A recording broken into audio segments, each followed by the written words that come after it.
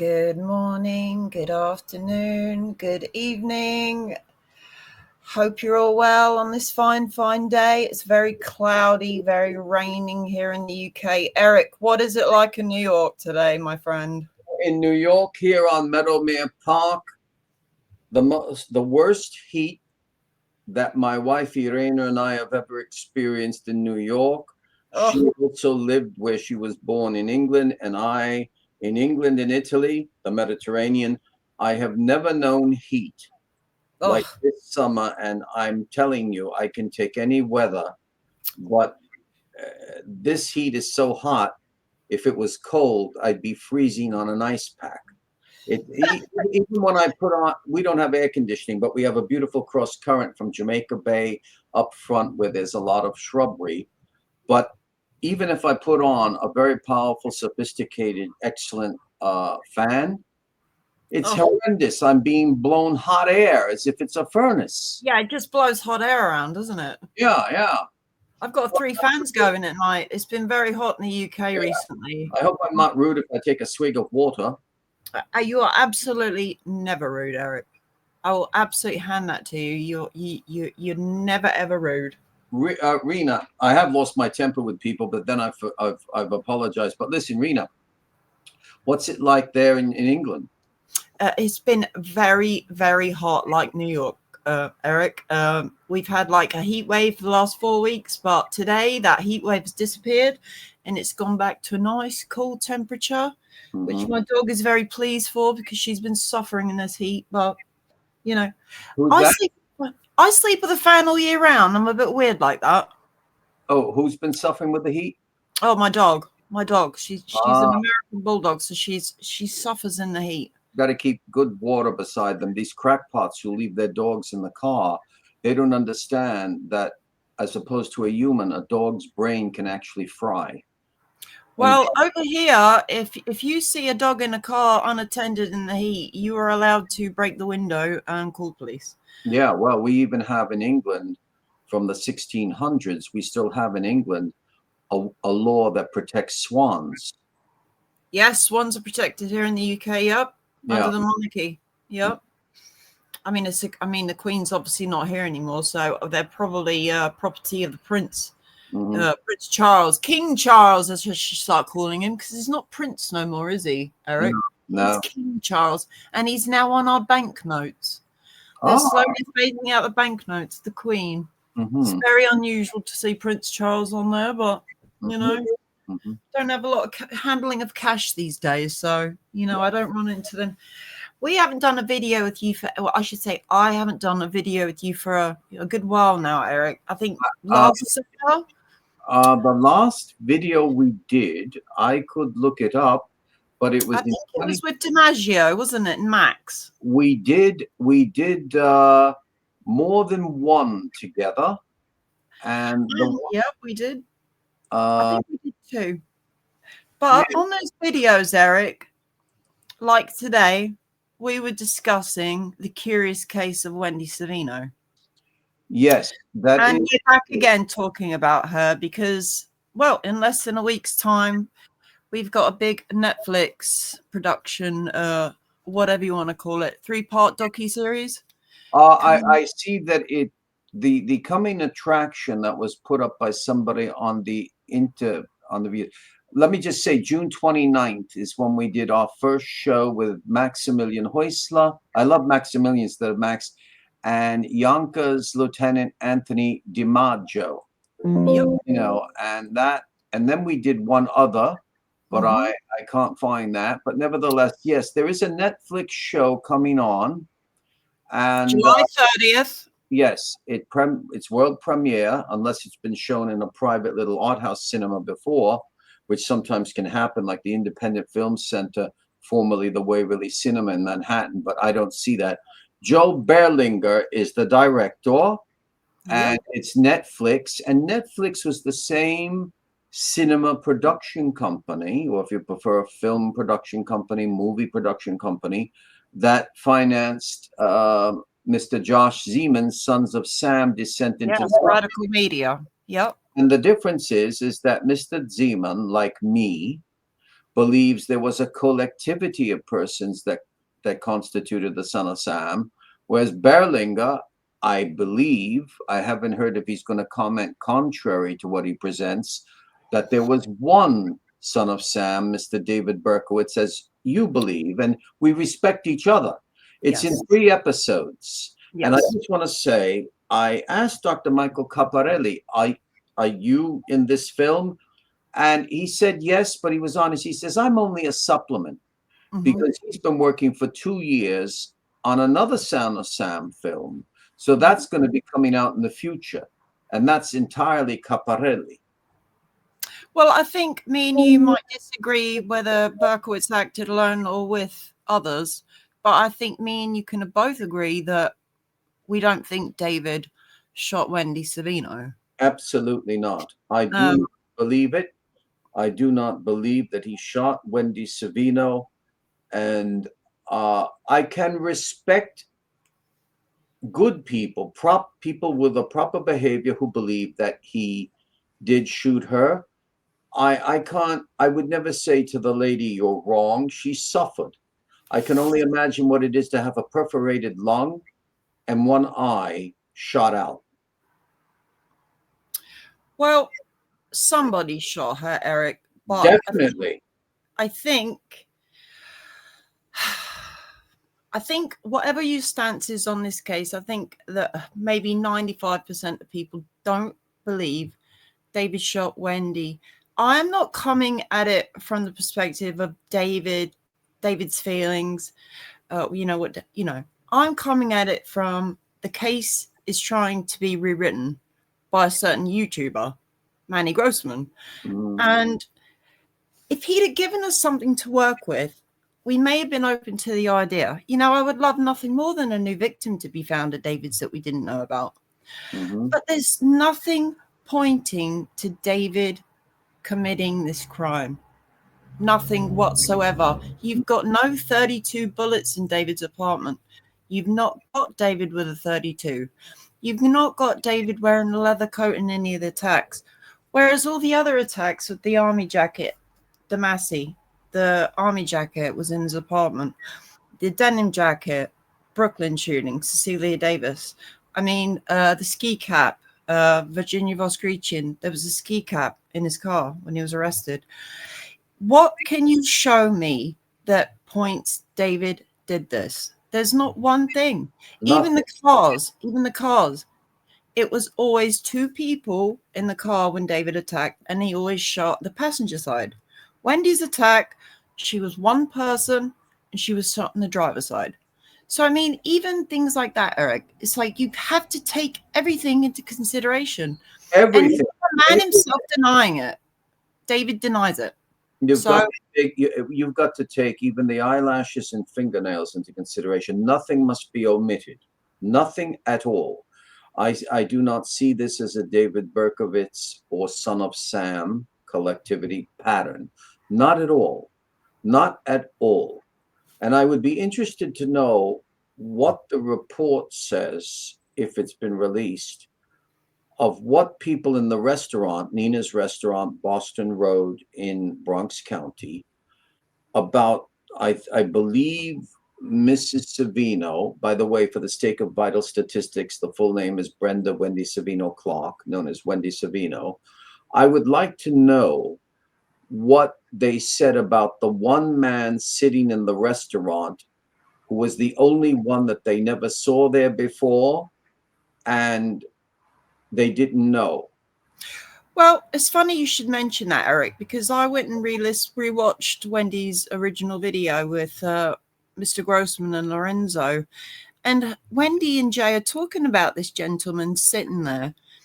And Lorenzo was very quick to dismiss her and Jay when they were talking about that they were suspicious of this guy watching them. And Lorenzo's quick to say, well, that really wasn't something David did. And I just thought, why are you trying to change what they're trying to tell you? They were suspicious of this guy sitting there staring at Wendy. Now that's no, David wouldn't act. No, but I'm not dismissing it, but that's not really what David did. So they were even suspicious of him. I would like to rewatch that, because I have every single thing every show you can think of, trailers and everything. But that's interesting, because you bring out something right now. You're protracting what I mentioned. It makes me now think that if she is so certain that it was David Berkowitz who shot her, based upon his photograph later shown by newspapers her husband, Mr. Joseph Savino Jr., sent her, in England, where she went to stay, not just for the Easter vacation, but longer because of the shooting, then what about her description of the man looking at her in the restaurant? Mm-hmm. She doesn't say, yes, that was David Berkowitz sitting there. Yes, he had a Cupid type lip. Yes, he was smiling. Widow's peak. That's right. And they don't mention that he had a black leather jacket. Oh, do they mention clothing? No, she doesn't mention a widow's peak. And actually, I don't often see, I don't see David Berkowitz with a widow's peak. He definitely does not have a widow's peak. He has no, a part. If anybody wants to know what a widow's peak is in a very handsome man with a full head of hair, go to the famous film actor who was a great movie star, Robert Taylor. There is a perfect full-haired widow's peak. Okay. It just occurred to me right now. I wasn't thinking of this. Dracula. That she did well. Dracula is different. There's an elegant widow's peak, but on Devil's Ham, they have the devil with the extreme widow's peak. But if it just occurred to me, there is a major gap in describing everything unless it's written elsewhere.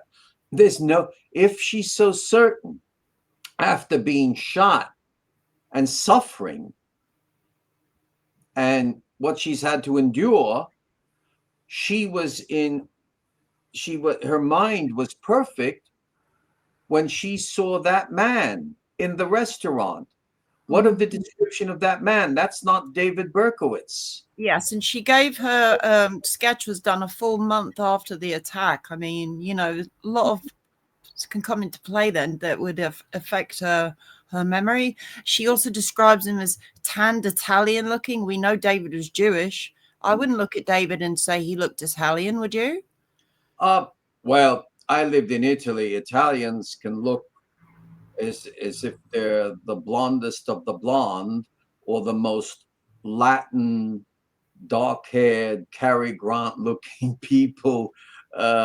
Even some, if you go into areas of Sicily, you might see that there's some remnants of when the Arabs had been there. So Italians are varied, but I wouldn't necessarily say he is Italian. Italian stallion. He could be a certain type of Italian. Yes, that's true. He is Jewish, but from a racial point of view, Ashkenazi Jew. There are some Ashkenazi Jews who can be extremely handsome people, not the stereotype that people make with big noses and things like that, caricatures. Let's put it this way. He's a European American, and people say he looked Italian because also they're trying to say this was a mafia hit. And well, that would fit with that. It's quite possible, because there's something I didn't even know this. I was looking it up, and then I came on these newspaper reports, and others did, on and I think the one that young lady was the one who brought out tons of stuff on Joe Savino Jr. Her husband is Junior, about illegal arms trafficking, and then the story with the Shah of Iran's family and an event in Massachusetts of trying to embezzle money from them, and yet his detective agency, which he was not the very head of, is supposed to be protecting the Shah of Iran's family. Of course, there's a lot suspicious about him, just like David.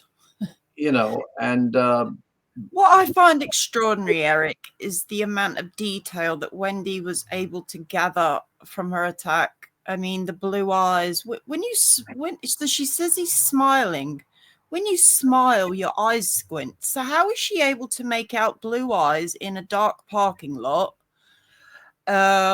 He taps on the window. He crept around the back of the car. He shot, crept around the back of the car, came back, shot some more. He casually walked away. She could hear his feet on the stones.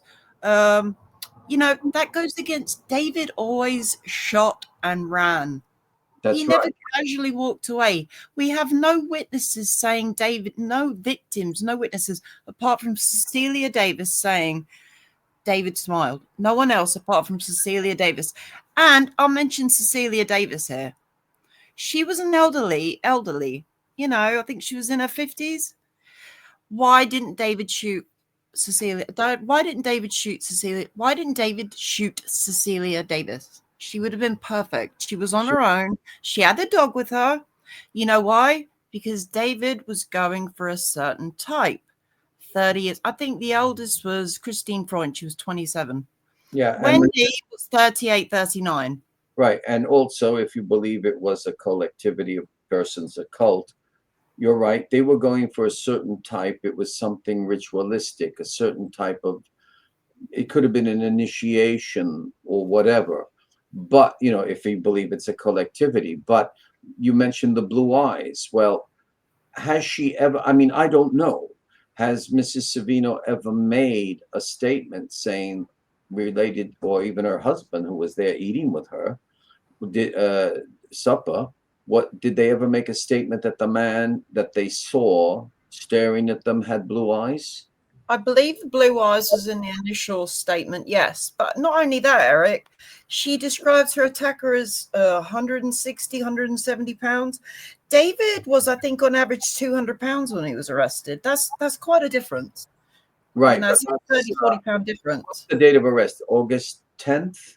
Yes. 1977. Well, he could have put more weight on from April 9th, 1976. I'm not saying he did it, but from April 9th, 1976, I came out of hospital after one day in May. I was up to 333. Now I'm going to be below 300 because I've got my act together. So, and that's a short amount of time. So one can always gain and lose weight. But I'll give you that. Yeah, but David always used to be chubby though. He was a bit on the large. They said that the healthiest they'd ever seen him was when he came out of the army, and then he immediately put the weight back on in no time. So yeah, he's the type. He's the type who could easily gain. Some people are like that. But I want to ask you something. The getaway car. Yes. How soon? She never spoke of a getaway car, right? Or did she? No. Okay. No. Where does the story of the getaway car come in? That there was at least a driver, but I think you might have said two other people or three. Where does that story come from? A witness. I don't know which newspaper article it's from, but a witness said that a car was seen fleeing with a gunman with two other people in the car. So that puts three people in one car. If Maury Terry had caught wind of Wendy Savino's attack, he would have been all over it. I'm sure you'd agree with that, Eric. Said metaphorically, he would have been a bee to honey. Yes. Now, people I know who've gone through all of his documents that I released, the Son of Sam file of Maury Terry. People use the plural files. I'm not using computer lingo, but there's tons of documents. You've gone through them, right? Yes. Okay. And there's no mention of Savino? No, I've never seen Savino. Right. And neither has one other person. So it's not hidden for a particular reason. Maury Terry, I'll tell you why he would have been on to this. Two things. He listened to Brother John Paul Rainieri, and he brought up the murder of the Latin professoress Karen Ann Ballstrom. And I say murder because on the murder report, it says both. Possible homicide or possibility homicide, and then it says suicide. So he would have been onto it because he even, in writing to the assistant district attorney of Queens County, Thomas McCarthy, or Tom McCarthy, who was like an historian there at the time of John Joseph Santucci, who would pass on what Maury would write to him to Assistant District Attorney Herbert Leifer. He brings up as maybe an occult protagonist a police officer with magic -12. Well, I found out who that was. It's Alfred Cavarini, a great detective whom they tried to frame in Yonkers, a great detective. And he laughed when I spoke with him over the phone. He's a stage magician, he always loved to do magic tricks. And he was the 12th member of a certain school of stage magicianship. So I bring that up because Maury Terry, like a bee to honey, would have been obsessive with this. And knowing Maury Terry's personality, he would have gone to the Savino family to interview them, because in Queens County, near, it starts with an E, P, the road, off of Metropolitan Avenue, near Myrtle Avenue. There was, I went to a populist party meeting to see what it was like, and there was a bartender, and it was John Deal. And he said to me, Maury Terry, he says, hey, somehow the Son of Sam came up. I was just getting a beer to go in the back room. And he says, Maury Terry, I threw that guy out of my house. He says, so now I'm not trying to knock Maury Terry, but I think he might have had an annoying personality, the way he would go forward questioning. He was a reporter. He could investigate, but he was not a professional investigative reporter. And I think his emotions got all caught up with too much to juggle. He didn't know how to handle the occult aspect or anything. And that is, as I've said before, that has been told respectfully by both Hank Chinotti and Peter Lavender. He just didn't know how to handle everything coming his way. He meant well. Yeah, and he had his fingers in too many pies. And as I told Josh Zeman when he said, why couldn't Maury Terry do what Tom O'Neill did, who was the investigative journalist writer? Dan Pipenbring did the literary format of Chaos, Charles Manson, Central Intelligence Agency, and the Secret History of the 60s. Why couldn't he do what O'Neill did? Well, there's a difference. O'Neill is historiographical. It's after the fact, 30 years after the case. He was supposed to write an article, and he's doing historical work that went up to the 50th year of the anniversary when his book came out in 2019.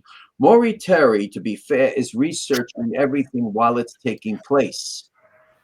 That's the thing. So why do we mention this? People are going to think we want to knock Maury or what? No, because we're stating something which is very important, that I have been informed by somebody in intelligence. And I spoke to another person who called me back, and I've got to get this documentation unless the New York Police Department. Yes. So let me just a bit of backstory. So we were talking at the weekend, weren't we? And I said to you, Eric, I don't know why I've never had this question answered. Why, if Wendy's case was re-examined in the 90s, and I didn't know the specific year, I just said, if Wendy's case was re-examined in the 90s, why was David never questioned? If she's been screaming from the rooftop since 1977, David did this.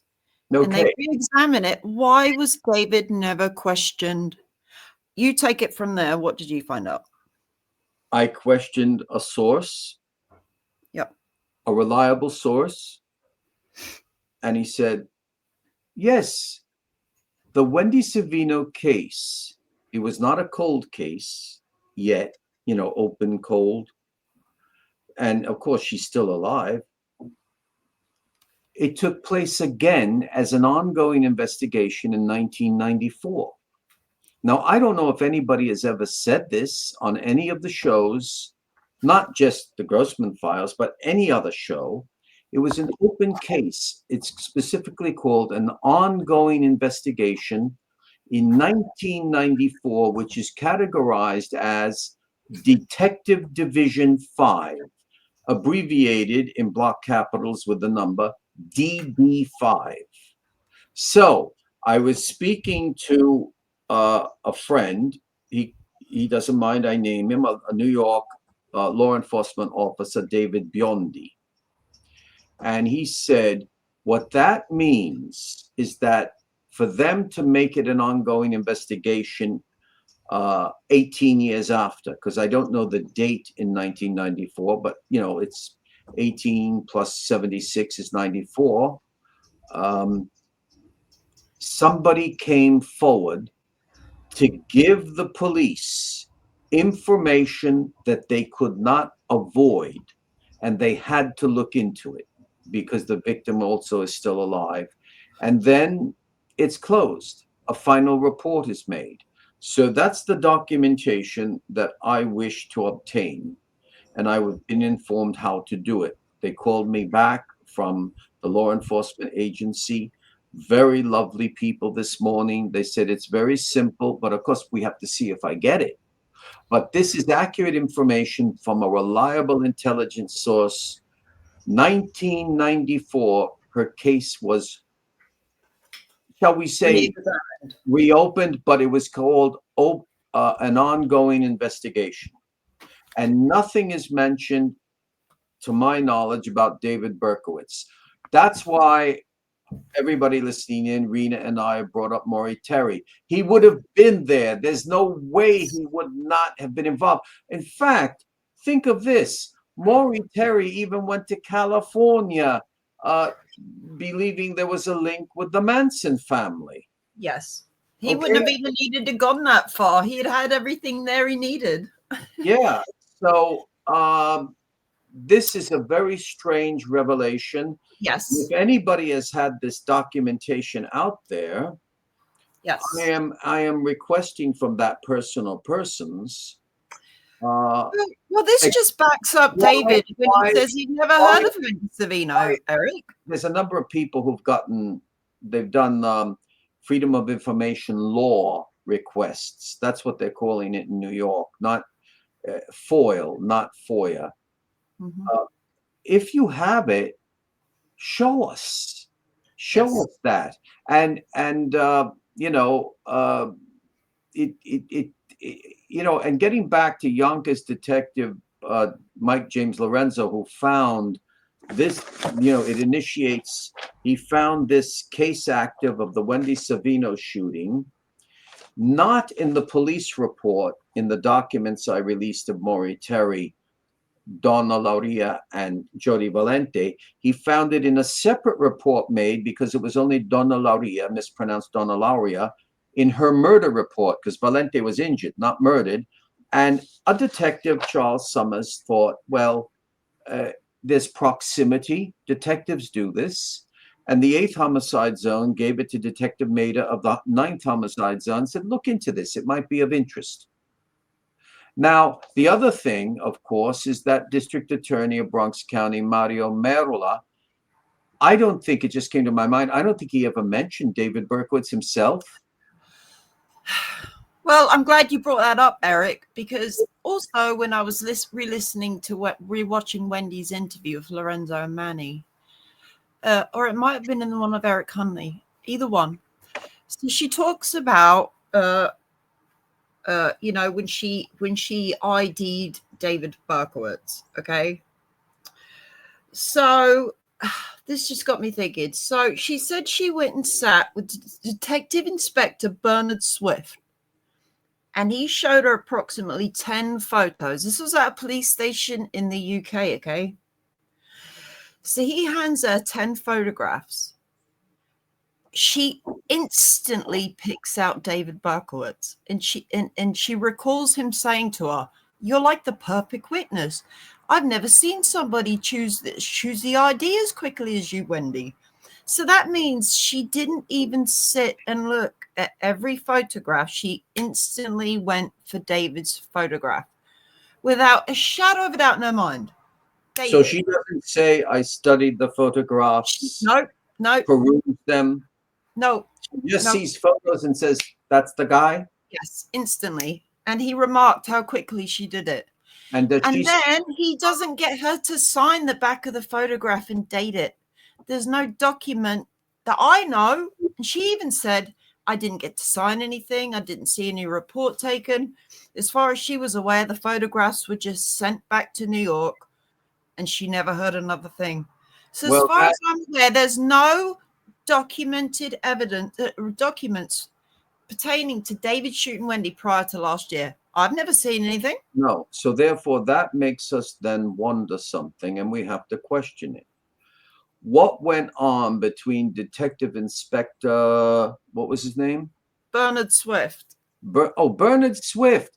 Yes. Because the one she knew before that, his name was Ian something. Mm-hmm. I think it was Ian in one of the county. He was in County Kent. Kent, yeah. Yeah. I thought it was, well, because the first detective inspector was insulted by a man who pretended he was with the American embassy and its consulate.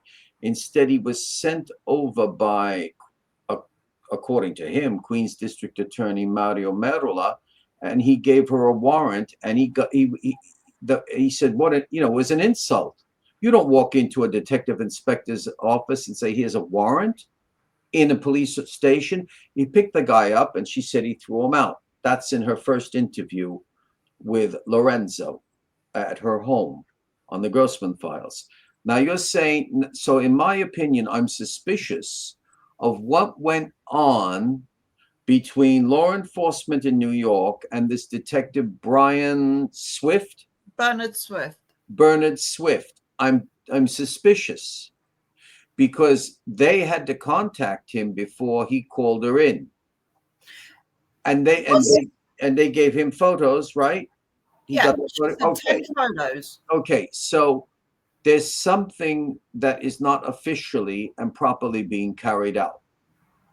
How do we know whether the subpoena was about Joe Savino or was about Wendy shooting? Well, the subpoena, you mean the misbehavior of the American from New York? Yes. Well, the subpoena was supposedly, I think, as she explains it, from Bronx District Attorney Merola. But was it about her husband's dealings, or was it to do with her shootings? I believe. I don't know. I'm 100% sure it had to do with her shooting. Well, why wouldn't she comply to come back to help them with their investigation? I have no idea. That doesn't make sense. See, I have no idea. I can only fairly say that she's in a state of shock, and that also there could be something behind the curtains of Oz that we can only surmise or conjecture because of her husband's dealings. I mean, when you think that instead of taking the children, I thought she took the children immediately to England when she got out of hospital, but the child Jay went to live with a father's friend who was a Jewish gentleman down in Florida. I think she had 3 children, and there is something else. There's something else at work here. I'm not trying to say it's mafia. I'm not trying to, but there is something that just doesn't click. I've said this before, Eric. I find it very strange that Joe Savino was going out of his way to send Wendy newspaper articles of the Son of Sam attacks. I don't know if he was sending the newspapers after Berkowitz was arrested, but I know he was sending Wendy newspaper articles.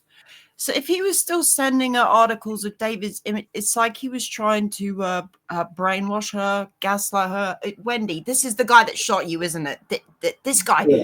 Keep bombarding her with images. Here's the question. And I would ask Wendy Savino this. I've thought of interviewing her if she'll talk to me. This is the question. Did she see photos and images of David Berkowitz before she was shown photos that she immediately made her go to David Berkowitz? Was that before or after newspapers being sent to her? She ID'd him in the police station in the UK after Berkowitz's image was plastered all over the media. Okay, and was she receiving by then newspapers before? She was before then, yes. Okay, So she knew what he looked like. Yes. Then we have to put forth the question, with all the crimes that take place, why did Joe Savino send her all these articles on the son of Sam? And that brings us, to be fair, I'm looking at it from all different perspectives, right? Back to this police report of Summers sending it to Detective Maida, saying, I believe, he believes that there is a similarity to the shooting, the murder of Donna Lauria. So therefore, I have never heard David Berkowitz slip up once and refer to Donna Lauria as his second attack. And he even goes as far as mentioning her twice in the main 2 press letters. Right. Donna Lauria had a special place in his heart. And some could say, oh, it's because she died. Yeah, now here is something. Now here is something very interesting. The last sentence here, sometimes when you reread something, the last sentence, the reporting officer, which would be Charles Summers of the 8th Homicide Zone, who gives this to with regards to the murder of Donna Lauria, the reporting officer will confer further with Maxwell regarding facts of case. So Detective Maxwell is of the 9th Homicide assigned, and we have his numbers, the ballistic squad, and Detective Colangelo assigned. So who is he going to confer with? Who did he confer with? Maida, Colangelo, or Maxwell? And he says Maxwell. So what went on when they conferred? So to be fair, did they go question, when she was out of the country, Joseph Savino Jr., her husband?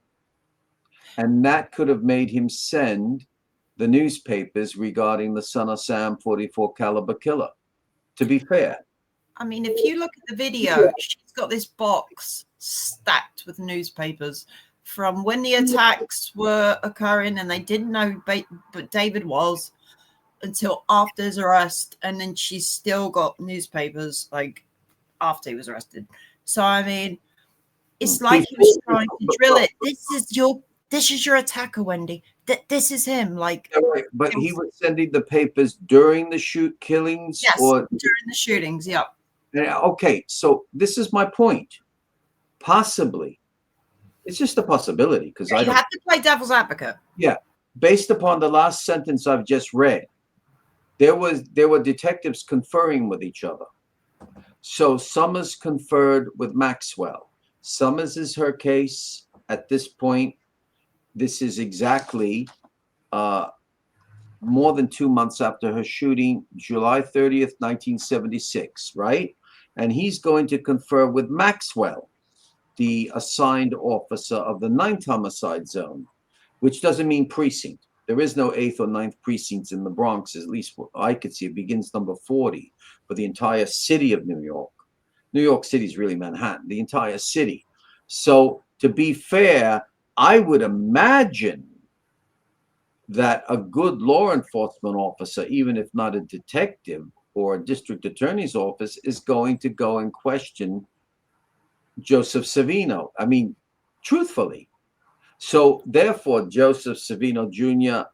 could have actually said, I'm sending these newspapers to my wife. They've spoken to me about what then became the 44 caliber killer, and then with the letters, the son of Sam. All right, then I would say to you, Eric, why couldn't he just read it over the phone? Why did he need to go? I mean, it wouldn't have been cheap to forward newspapers back in the days through the post. Well, it would have taken an eternity as well. Let me tell you something, Rena, because you're a bit younger than I am, and it doesn't mean you're stupid, but this is the 1970s. Do you realize how expensive transatlantic telephone calls were then?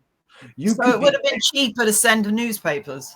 You better believe it. Even phoning my maternal grandmother, I remember when I was a little boy. Snail mail. It was like a dream telephoning Nene. I used to call her that in French because she was Italian, but of many backgrounds. She spoke many languages. Nene. And calling Rhode Island. You had to wait till it was about 8 or 9 in the evening. I can imagine. And it was expensive then. Yes. Believe me.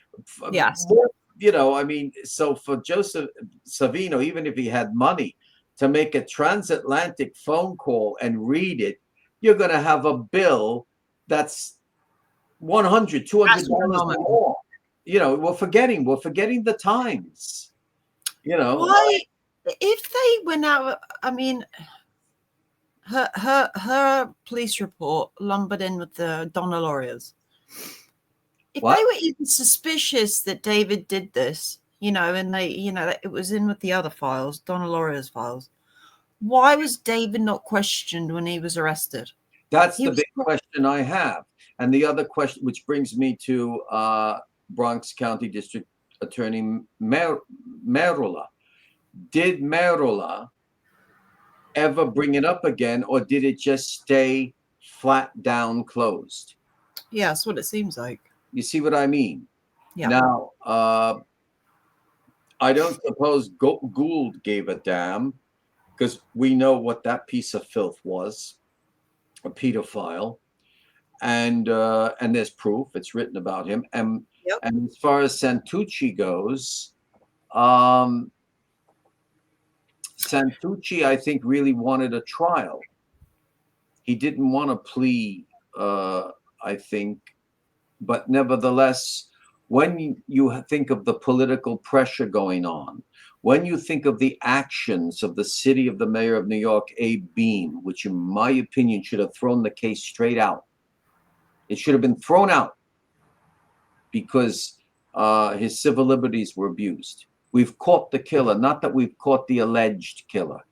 What was the dialogue between Beame and David? I've said this before.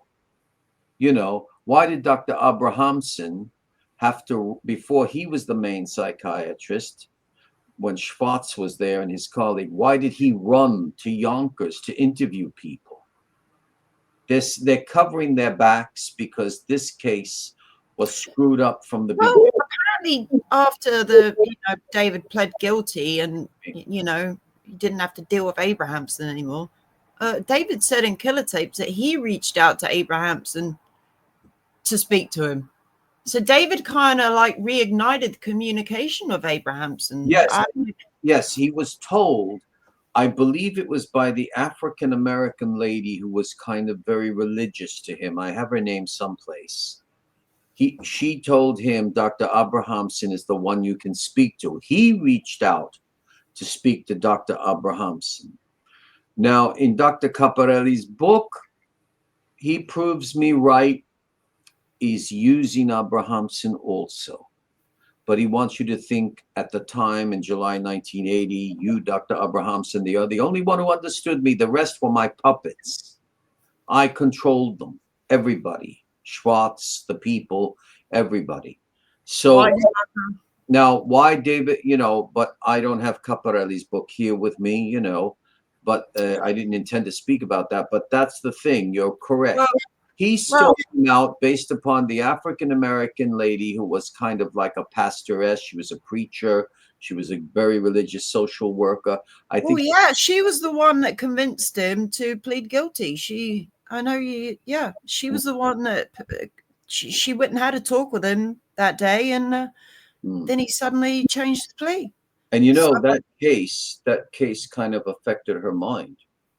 I tried to get in touch with her granddaughter, who's with a religious group, and I think there's a lot of, let's say, I don't mean this derogatorily, superstitious fear about bringing up this subject with that family. It affected her mind, that whole thing. And I think she put the seed, and I don't mean this negatively, into David's head about gradually coming to the Lord, so forth and so on. But no, there's too many gaps. Well, speaking about Abrahamson, however you say it, Dr. Abrahamson. So and I quote, this is what David says to Dr. Abraham. I found this earlier. Okay. And I quote, my mother, Falco, was sitting in these parked cars with Kleinman. Greedy, wild-tempered Kleinman. It was that bastard that I took after. His temper, his impatience. He hated crowds and probably people too. So he's saying here, further up, you know, if Kleinman and my mother Betty weren't in those parked cars copulating, I would never be born. I was unwanted. You know, if those two, so that therefore that shows me David could have been going after couples in parked cars to prevent them creating another unwanted child like himself. Therefore, that goes against Wendy's case because she can't copulate and get pregnant on her own in a car. Okay. Right. So well, from your point of view, that he was the lone murderer, I think it's a very intelligent point to bring forth. You know, from your point of view. Now, I accept your point of view that that could have been maybe something in his mind when he was with others. So that's a very good point that you bring up. A very, very good point that you bring up. I will say that there is one person, should I not mention the name and just say that what this person believes? Yeah. In a private telephone conversation, it lasted for hours. I got along well with this person, but no longer do I reciprocate.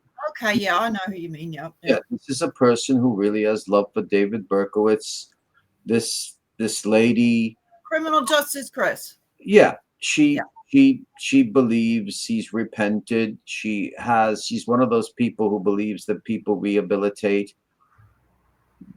One evening I said to her, you know, I don't believe David Berkowitz did this at all. I don't believe it at all, Wendy, that he shot. Now, in this conversation, and I'm not trying to trash her, I'm not trying to hurt her. You know, she could come back and say, I never said this. I'm sorry. I'm saying this positively about her. She said, Eric, I don't know. I don't know. I said, you think he could have? Oh, Eric, who knows? Wow. Because, you know, she's exhausted. The only thing that she's disgusted about is that she believes that this false accusation that he shot Wendy Savino ruined his parole. Why does she think that? Because amongst other things, because other people have been accused of being the reason, right? Yeah.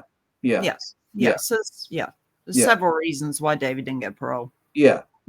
That's it. You know, not David himself, but everybody else. Right. But of course, as you know, I made a timeline. She was angry at me for doing it, and someone else whom you know was angry at me doing it, saying, you're listening to your friends, shame on you, your new friends who will betray you, you know, you and Paul. And I wasn't listening to you and Paul. I did this on my own. I made a timeline. Berkowitz says he's alone, then he says he's with others. He says he's alone, he says he's with others.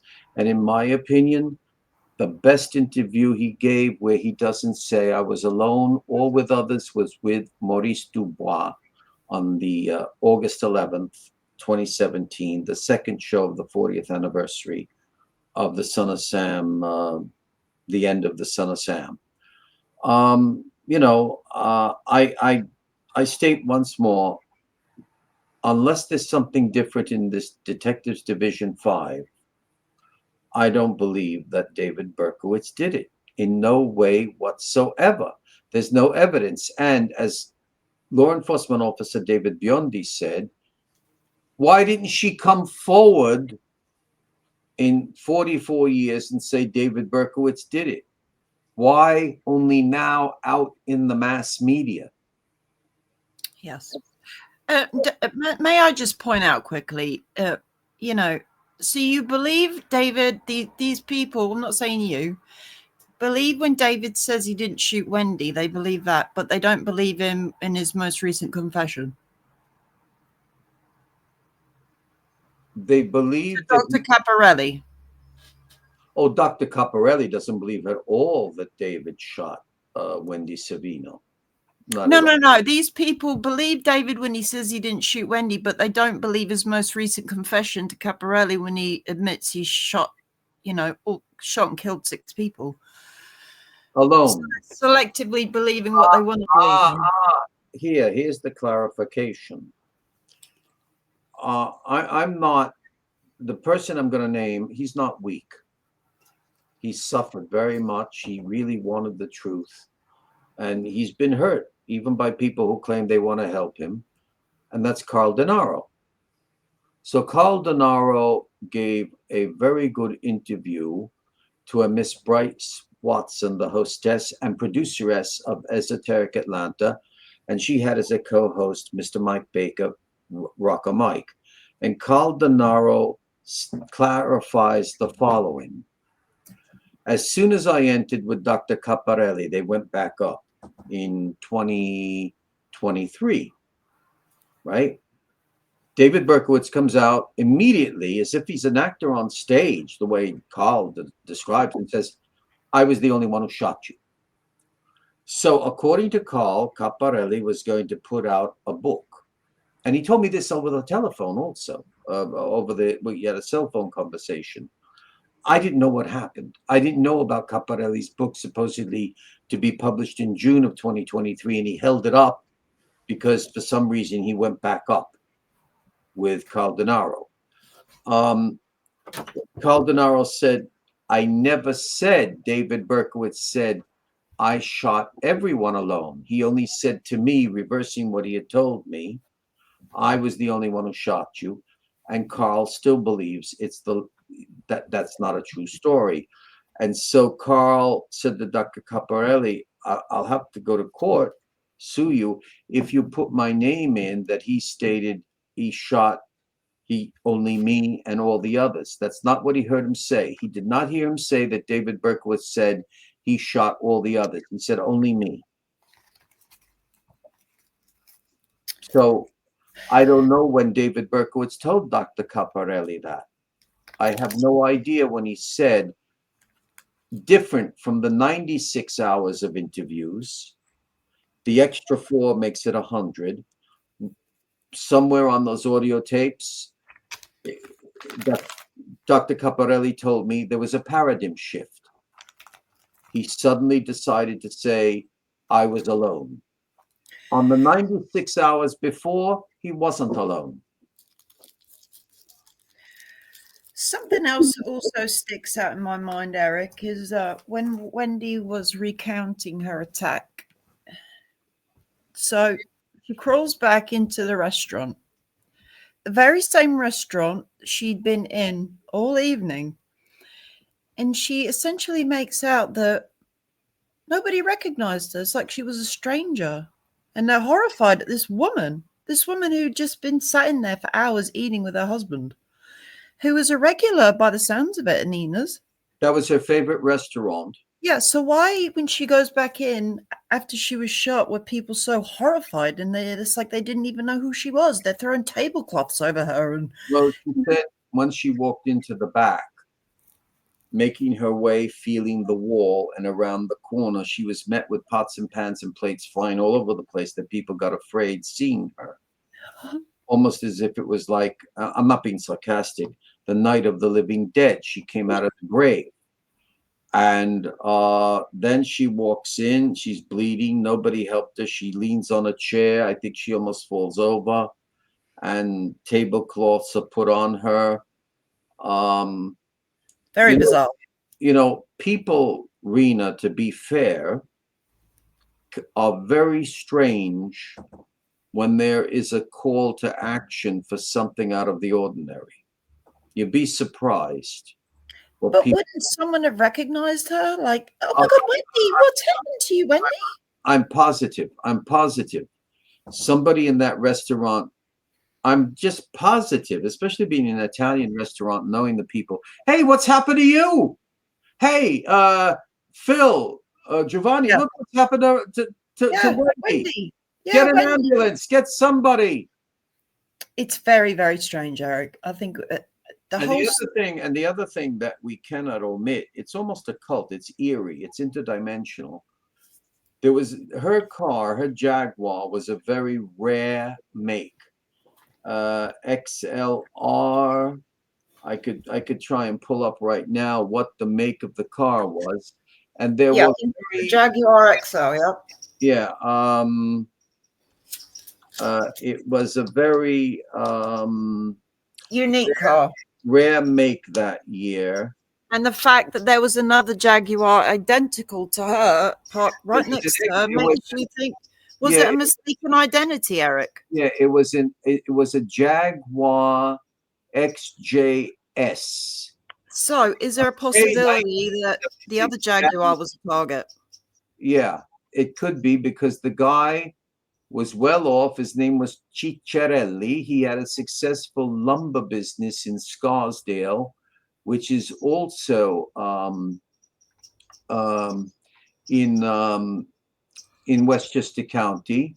Well, no, I shouldn't say also, because she's in Bronx County. So it was an XLJ, an XLJ, XJS Jaguar.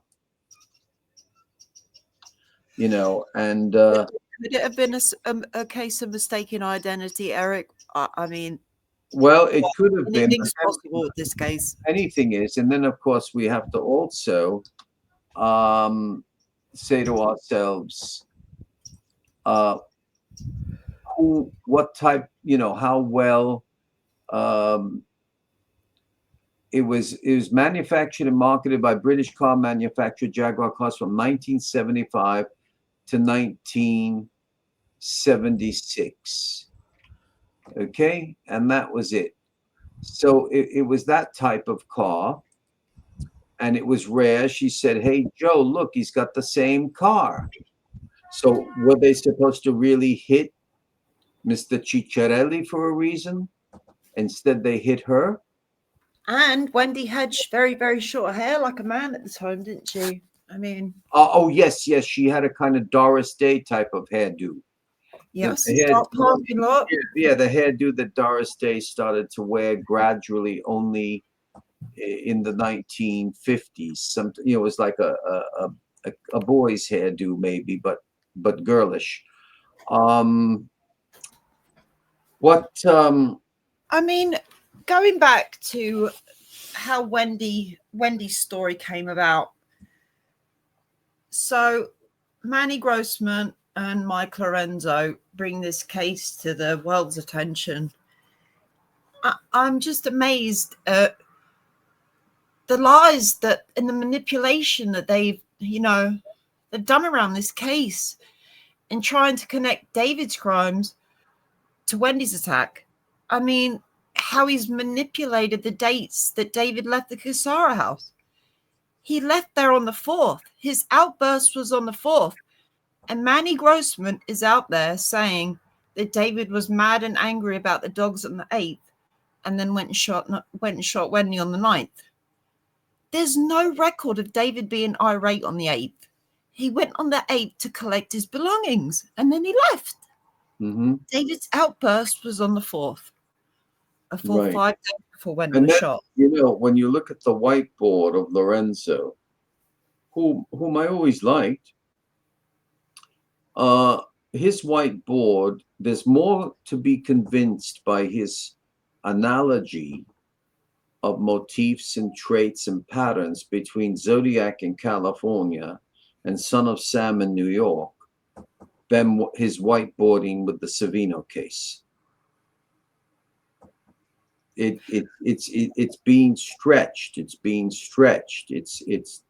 There's, the case is, of course, people say, well, now we solved the case. It is David Berkowitz who did it. No, that is an opinion. In reality, presented us anything, Eric. In reality, regardless of what the law says, in reality, this is still an open cold case. In reality, why? Not because I'm forcing it, because it is now classified as administratively closed. the administration has said this case is closed. But I guess they won't look into it anymore. But the fact of the matter, based upon direct evidence, what is direct evidence? It's her testimony. Okay. Yes, after David was arrested. Right. So that's direct evidence. But direct evidence goes nowhere because you have to have a trial and you have to have somebody else contrary question that direct evidence. Then there's circumstantial evidence. I hate circumstantial evidence because in the United States, there's far too many people in jail just on circumstantial evidence without facts. I hate that. I hate it. I want facts. You know, I'm just amazed, Eric, at how they've. It's the reality. I repeat, this is really still an open, cold case. That's the reality. The reality. Forget the law. That's the reality. Eric, what did they present? They presented the facts that not facts. That David had an outburst on the 8th, which we know is a lie. The outburst was on the 4th. Why didn't they fact check that? Okay, you've got the old lady in Yonkers that was shot with a 45 that they're trying to say that he was low-key talking about Wendy. Wendy was in the Bronx with a 32. So how can they even think that those two things are even remotely similar? David smiling. Manny has made a big deal about David smiling. Where do you have David smiling anywhere? Let me tell you something. The way the scandal sheet yellow press is, if they came up with 44 caliber killer and then Son of Sam, which became the collectivity, which I believe, don't you think they would have said the smiling 44 caliber killer, the smiling gunman? Yeah, I would have said the smiling slayer strikes again. The grinning gunman. Yeah, he has no remorse, for he smiles as he takes their lives. It just that they would have mentioned it. They would have mentioned that. If they're going to mention a ski cap, if they're going to mention somebody running, if they're going to mention a jacket he wore, they're going to mention a smile. Nothing.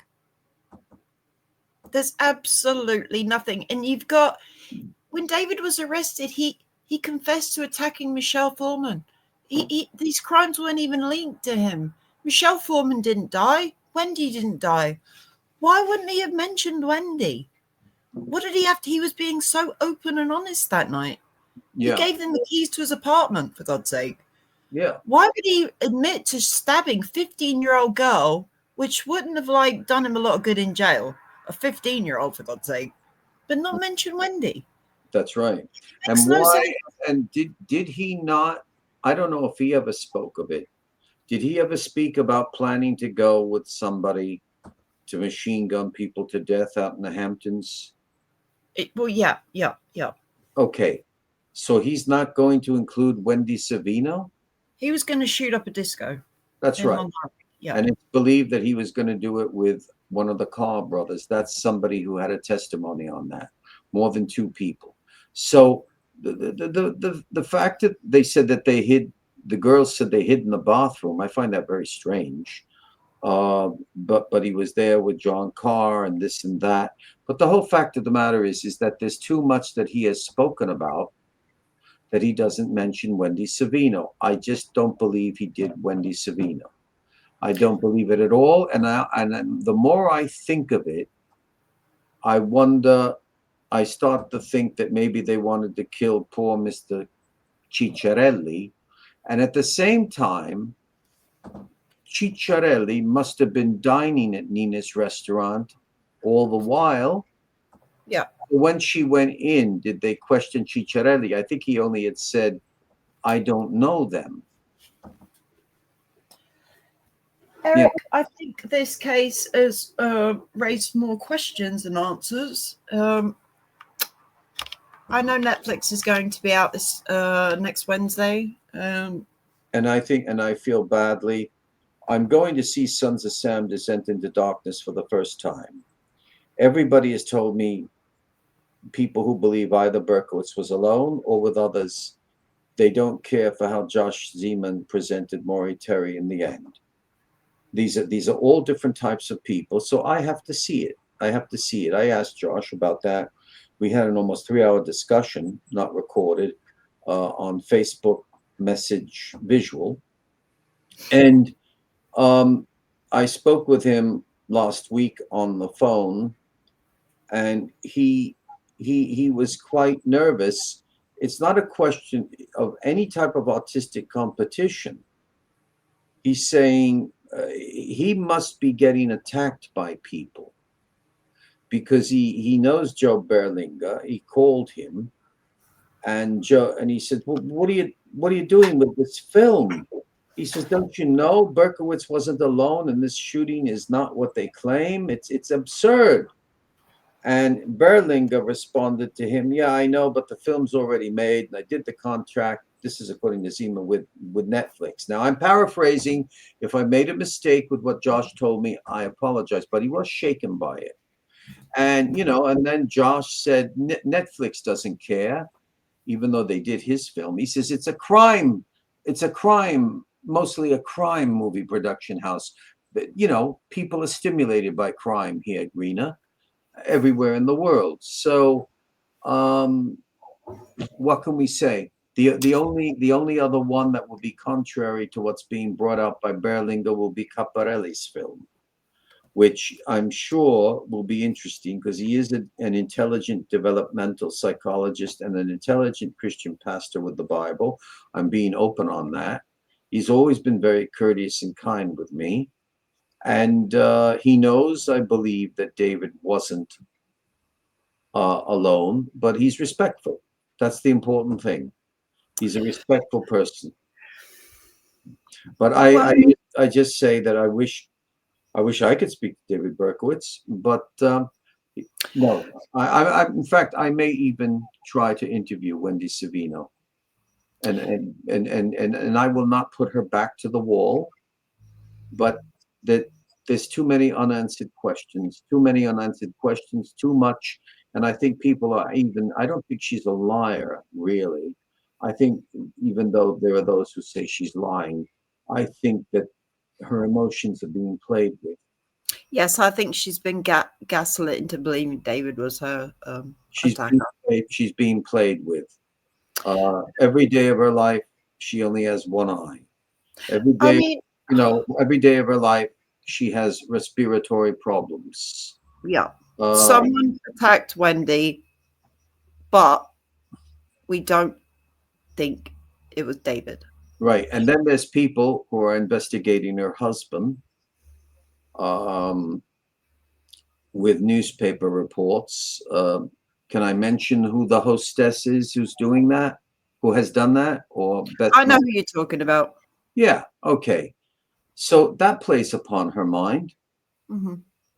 That will enhance her to say it's David Berkowitz, but she's never mentioned her husband.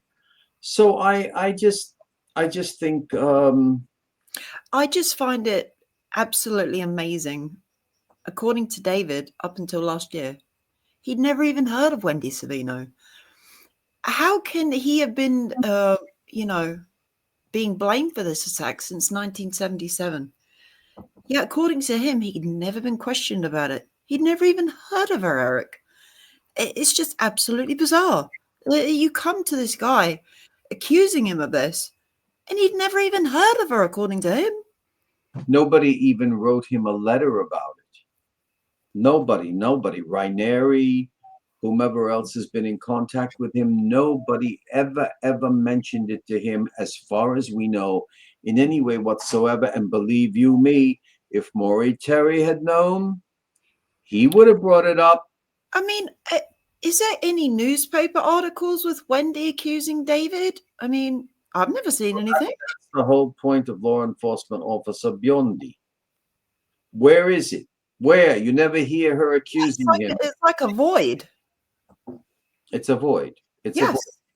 And the only hope we have, if it meant, is, if I don't get the documentation, somebody gets that document before me, please reveal it to the world. Don't keep your car. But I'm glad that we're the first to publicly speak of it. Yeah, I'd be interested to know what was brought forward in 1994 that made them want to reinvestigate Wendy's attack. And hopefully, Eric, we can hope that somebody will see Netflix and maybe have some information and may come forward. Possibly. Yeah, that's what's good about releasing things, even if it's a trash film or whatever. Somebody will come forward. People always come forward, and if anything good comes out, I mean, I know this Netflix is also largely based on Jack Jones killer tapes, which I've always supported from day one. I mean, you can go on Bill Badger's Instagram and see me commenting from two years ago. Yeah, Bill Badger, he gave the name the killer tapes, right? Yeah. Yeah, the killer tapes don't mention Savino. No, never. And I'll tell you, killer tapes was what made me stop when I was thinking David was acting with others. I started listening to killer tapes, and each episode, I was like, he's going to mention an accomplice here. He's going to, nope. Episode 5, nope. Still no mention of accomplices. Episode 15, still no mention. And I'm like, well, why is he not mentioning these people? Why is he not?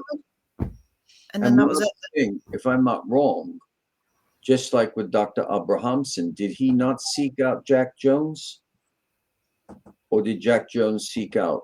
He seeked out Jack Jones. He heard that he was a prison reporter and reached out to Jack Jones. And that's the same thing he did with a newspaper reporter, seeking him out. And I remember one excellent show I did with Manny, and I said, look at this, I said, put this article up, Manny. From in a Newsday report, there is a complete opposite what he's telling in the same time period.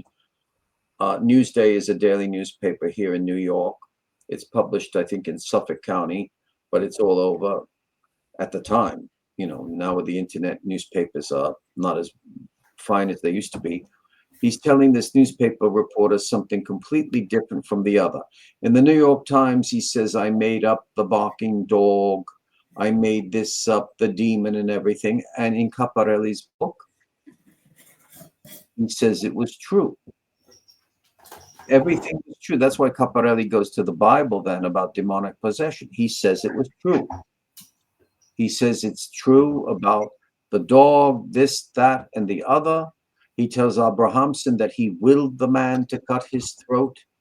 Then he tells, I think, somebody else that he was seen as an oddball, a troublemaker. Others say the man who knifed him wanted to be famous. I don't believe that the man was an assassin to kill him, to keep his mouth shut about others. Oh no, that attack happened on his throat way before he was even talking about the accomplices. That's right. That's right. Way, way, way before. Way before. It's it's just we've got more questions and answers surrounding the Savino case, Eric. It'll be interesting to see what Wendy says in the Netflix documentary. Well, I don't have Netflix. I can't afford it right now. I don't even have television anymore, to be quite truthful. But we'll keep you informed, Eric. Yeah, well, maybe it's a shame Ruby the Wizard's not around. I'd have that film in an instant, legally. Let me stress, legally. But it'll be interesting to see what's said, definitely, Eric. And if you can get any more information on this 1994 reinvestigation, whatever you can get. And if anybody else gets that information, will you please come forward? I'm not looking for a gold star, but I do feel content that I have revealed, you have revealed, we've revealed publicly, to our knowledge, the first time, publicly, for all to hear, Detective Division 5 was the 1994. That's the type of report of an ongoing investigation of the Wendy Savino shooting. Detective Division 5 in 1994. And I thank the intelligence officer who told me, whom I cannot name. Well, Eric, I think I've taken up enough of your time. I want to thank you as always. Taking my time up. You have shall we say, in the true meaning of the word, as I have done to you, we've entertained our time. Yes, we use our time wisely. Okay, so I hope to see this yes podcasted soon, video podcasted. And yes I'm sure that a lot of people will tune in. Yep. And, don't forget to like and subscribe, guys. Rebuilding this channel after it was struck off. So if by chance I have made any misquotations of people, I'm not trying to, because people are so sure to say you lie. No, if I have misquoted, please correct me. I don't want to be erroneous. And I'm not trying to twist things because I have, I don't have a dog in this fight. And twisting, attorney at law Michael Armienti, who was an assistant district attorney with Santucci, known as a criminal law investigator, he said to me, there's so many twists and turns to this case. He said that to me 2 years ago. So, I agree that. God bless you. Please stay well there in England. Stay cool. Thank you, Eric. You too. Okay. Take care. Bye-bye. Bye-bye. Bye-bye.